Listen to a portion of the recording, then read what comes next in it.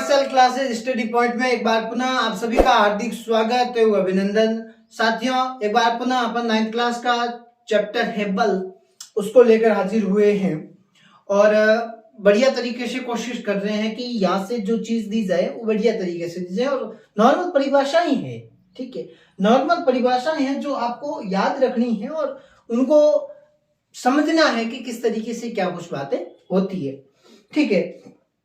तो बहुत सारे ऐसे कमेंट आते हैं जिनके ऊपर मैं ध्यान नहीं देता, वैसे विशेष करके मेरे को चीज करनी है, मैं कर रहा हूँ, सामने वाले को क्या दिक्कत है उससे, ठीक है। तो उनकी चीजों का मैं कभी ध्यान नहीं देता।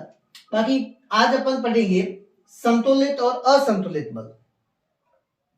संतुलित बल साथियों क्या होता है?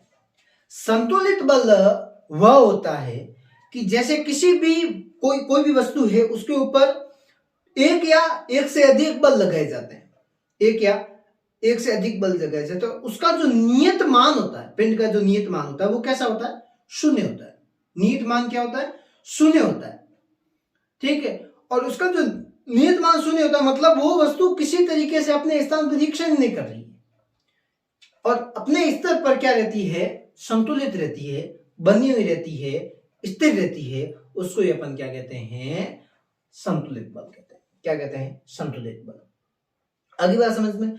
और असंतुलित बल क्या होता है कि ऐसी वस्तु जिसके अंदर दो या दो से अधिक बार बल लगता है, दो या दो से अधिक बार उसके ऊपर क्या लगता है? बल लगता है और वो किसी भी तरीके से अपने स्तर पर क्या रहती है? संतुलित नहीं रह पाती, क्योंकि उसके ऊपर दो या दो से अधिक बार उसके ऊपर बल लग सकता है। तो अपने स्तर पर वो क्या नहीं रह पाती? संतुलित नहीं रह पाती। और जो वस्तु अपने स्तर पर स्थिर नहीं रह पाती, ऐसे ही बल को क्या कहते हैं? ऐसे बल को क्या कहते हैं? असंतुलित बल कहते हैं। तो लिखो, इसकी परिभाषा लिखो। जब किसी पिंड पर एक या एक से अधिक बल कार्यरत हो तब उन सभी बलों का जो परिणामी बल होगा वो कैसा होता है? शून्य होता है। लिखो, संतुलित बल की परिभाषा में लिखता हूं सबसे पहले।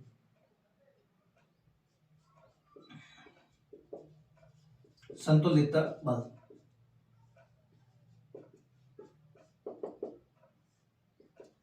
जब किसी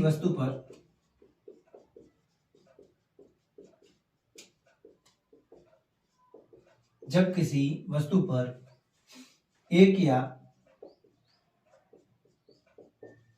एक से अधिक बार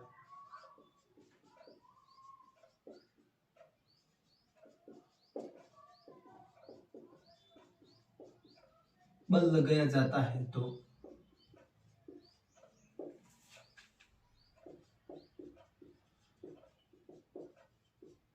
उसका परिणामी बल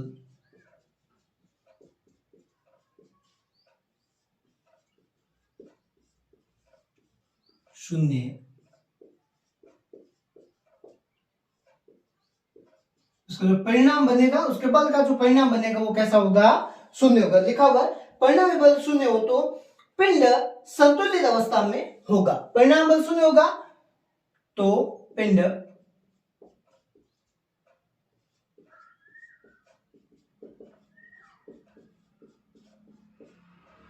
संतुलित अवस्था में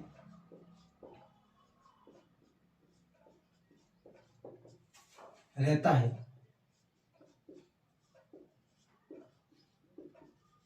इस प्रकार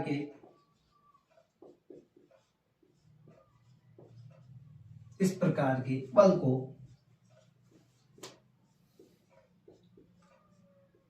संतुलित बल कहते हैं। संतुलित बल कहते हैं। ये नॉर्मल सी बात बेटा, इसमें ऐसा कोई रटाफिकेशन है नहीं। मतलब कोई ऐसी वस्तु है उसके ऊपर एक या एक से अधिक बार बल लगाया जाता है, ठीक है, और उसका परिणाम होगा वो कैसा होगा? शून्य होगा। जिसका परिणामी बल कैसा होगा? शून्य होगा। और वो वस्तु कैसी होगी? उसका जो पिंड होगा वो कैसा रहेगा? संतुलित अवस्था में रहता है। और संतुलित अवस्था में रहने वाले बल को क्या कहेंगे? क्या कहेंगे? संतुलित बल कहेंगे। दूसरा देखो बेटा, असंतुलित बल। असंतुलित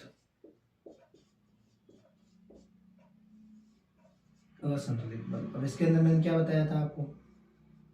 एक मिनट है। जब किसी पिंड पर दो या दो से अधिक बल इस प्रकार कार्यरत होते हैं कि वस्तु एक बल की दिशा में गति करने लगे तो उस वस्तु पर लगने वाला बल कैसा होगा, असंतुलित होगा। जब किसी पिंड पर दो या दो से अधिक बल इस प्रकार कार्यरत होते हैं, जब किसी पिंड पर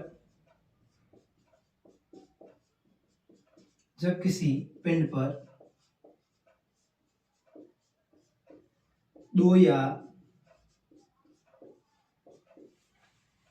दो से अधिक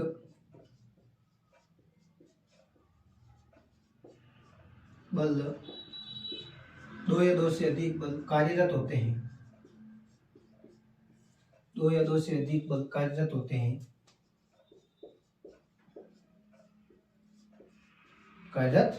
दो या दो से अधिक बल क्या होते हैं, कार्यरत होते हैं कि वस्तु की किसी एक बल की दिशा में गति करने लगे तो कार्यरत होते हैं कि वस्तु किसी एक दिशा के अंदर गति करेगी, एक दिशा में गति करने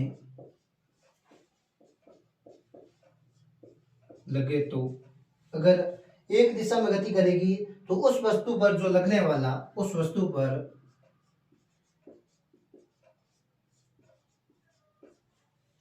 पर लगने वाला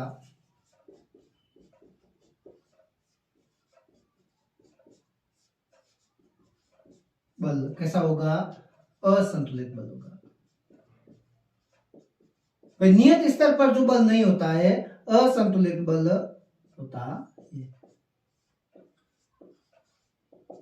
ठीक है, देखो जब किसी पिंड पर दो या दो से अधिक बल उसके ऊपर क्या होते हैं, कार्यरत होते हैं कि वस्तु किसी एक दिशा में गति करे, दो या दो से अधिक बल उसके ऊपर कार्यरत होंगे तो वस्तु क्या होगी, किसी एक दिशा में क्या करेगी, गति करेगी, किसी एक दिशा में गति करेगी। इसके अंदर वस्तु क्या होगी, पिंड क्या होगा, संतुलित अवस्था में रहेगा और इसका जो परिणामी बल क्या होगा, जीरो होगा, मतलब संतुलित होगी। परिणाम बल जीरो होगा तो वस्तु कैसी होगी, अपने आप संतुलित होगी और संतुलित होगी तो उसके ऊपर जो लगने वाला बल वो कैसा होगा, संतुलित बल होगा। और इसके अंदर वस्तु जो दिशा होगी वो क्या होगी, एक ही दिशा के अंदर क्या करेगा, वो गति करता रहेगा, एक ही दिशा में भागता हुआ रहेगा। तो उसके ऊपर जो बल लगेगा, फिर वो एक ही दिशा में भागेगा तो उसके ऊपर जो बल लगेगा वो असंतुलित तो होगा नहीं।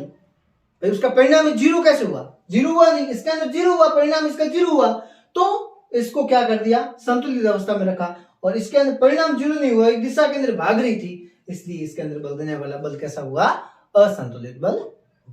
ठीक है, लो इसका स्क्रीनशॉट। चलो देखो, बहुत बढ़िया एक है इसका, एक अपन पढ़ेंगे अब केंद्रीय और अभिकेंद्रीय बल। अब केंद्रीय और अभिकेंद्रीय बल, अब केंद्रीय को अपन कल की क्लास में पढ़ेंगे, आज की क्लास में अभिकेंद्रीय बल पढ़ेंगे क्योंकि बड़ी हो जाएगी, फिर इतना समय नहीं है। देखो समय बचाने के लिए मैंने पहले बोर्ड के ऊपर लिख लिया है। ठीक है, देखो ये दोनों बल जो अपकेंद्रीय और अभिकेंद्रीय दोनों बल है, ये वर्तीय गति होती है इनके अंदर। कौन सी गति होती है अपकेंद्रीय और अभिकेंद्रीय के अंदर, वर्तीय गति। ये चीज इंपॉर्टेंट है, इनके अंदर कौन सी गति होती है, वर्तीय गति होती है। ठीक है, अभिकेंद्रीय बल होता है, ये होता क्या है कि कण की वर्तीय गति बनाए रखने के लिए वर्त के केंद्र की ओर एक बल आवश्यक होता है। वर्त के केंद्र की तरफ, वर्त के केंद्र होगा उसकी तरफ क्या होगा, एक बल क्या होगा, आवश्यक होता है।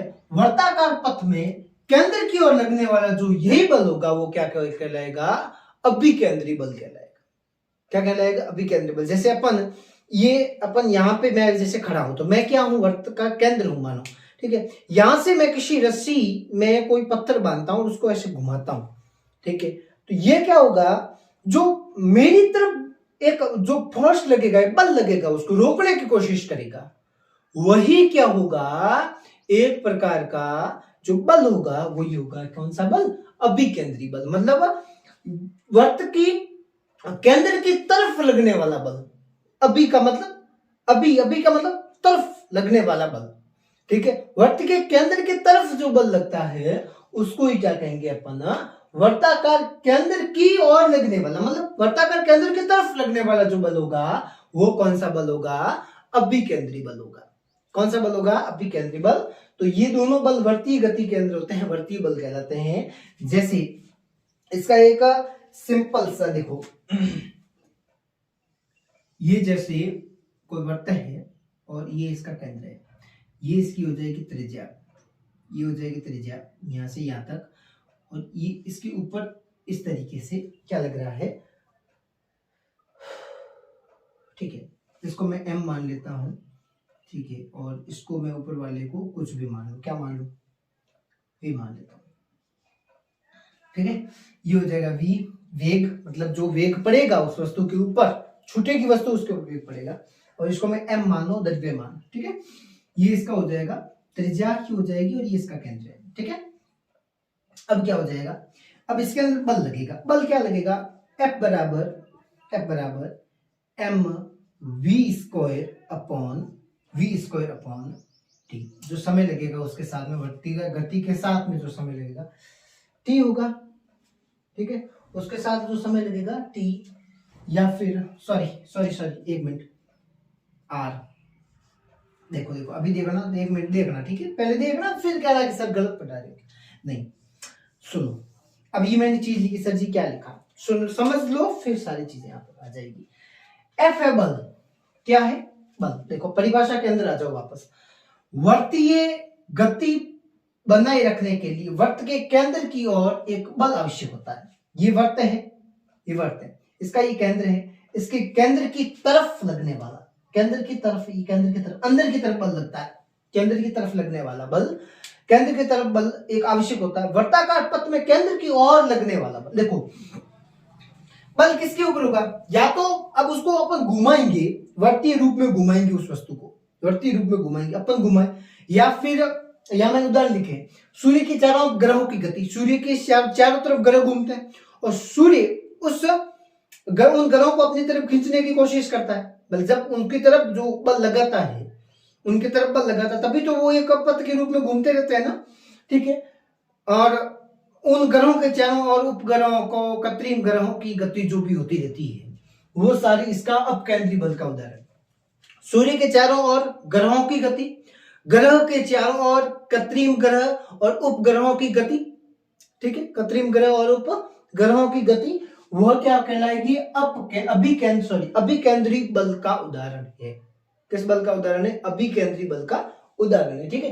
किसी मोड़ पर रेल व कार में सड़क की और टायर के मध्य लगने वाला, मतलब जैसे कोई मोड़ आ गया, ठीक है, अब वहां पे क्या होता है, जैसे ही अचानक मोड़ आ जाता है तो क्या करते हैं, गाड़ी स्लिप होती, ज्यादा घर्षण बल लगता है, तो वो घर्षण बल क्या होता है, उसके ऊपर दबाव ज्यादा लगता है, ब्रेक के ऊपर और सड़क के साथ में दबाव ज्यादा लगता है, अंदर की तरफ बल लगने की कोशिश, आप ऐसे झुकते हो, ऐसे आप झुकते हो और आप उसको क्या करते, जैसे आप गाड़ी चला रहे हो माना, ठीक है, आप गाड़ी के अंदर बैठे हो, अचानक गाड़ी ऐसे मोड़ के अंदर घूमती है, तो आप क्या करते हो, उसके ऊपर ऐसे बल लगा, तो गाड़ी टेढ़ी होती है और आप उसको ऐसे सीधी करने की कोशिश करते हो कि ऐसी सीधी रहे, ठीक है, अंदर की तरह आप क्या करते हो, उसके अंदर बल लगाते हो, तो वही बल क्या होगा, अभिकेंद्री बल होगा।